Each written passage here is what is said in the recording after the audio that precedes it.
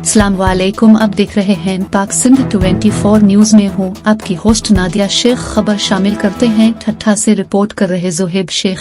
मकली ठट्ठा सिंध में हिंदू से मुसलमान होने वाले 60 खानदान के लिए रमजान 2024 में खुश्क राशन और इफ्तारी का इंतजाम किया गया। तफसीलात के मुताबिक ये सारा इंतजाम अल इखलास नमसलम वेलफेयर ट्रस्ट रजिस्टर्ड के ताउन से किया गया।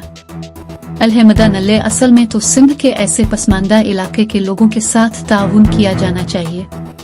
ये Al Ikhlas new Muslim welfare trust Pakistan में तकरीबन 3000 गैर मुस्लिम को अल्लाह की मदद से मुसलमान कर चुका है, और फिर जो दायरा इस्लाम में दाखिल होता है तो इसकी दीनी और दुनियावी मुआवनत करता है ताकि ये नी मुसलमान दीन इस्लाम में मजबूत हो जाएं। अल्लाह शेख मोहम्मद अब्दुल्ला और ट्रस्ट के साथ ताउन करने वाले तमाम बहन बेयों की दुनिया और खुद को बेहतर बनी और अल Ikhlas new Muslim welfare trust को मजीद तरक्की दे ताकि उन न्यू मुस्लिम खानदानों की मदद हो सके। वरहमतुल्लाहि वबरकातुहू।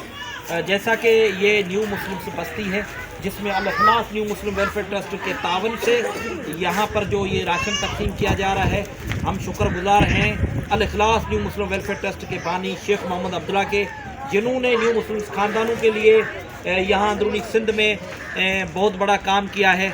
अल्लाह पाक उसको उसके साथ तावन करने वाले साथियों को हमेशा सुखी सलामत आबाद रखे, जो अल्लाह की रज़ा के लिए इस रमज़ान अल मुबारक के महीने में जो ये राशन तकसीम कर रहे हैं, अल्लाह पाक उनकी मुश्किलें आसान करें।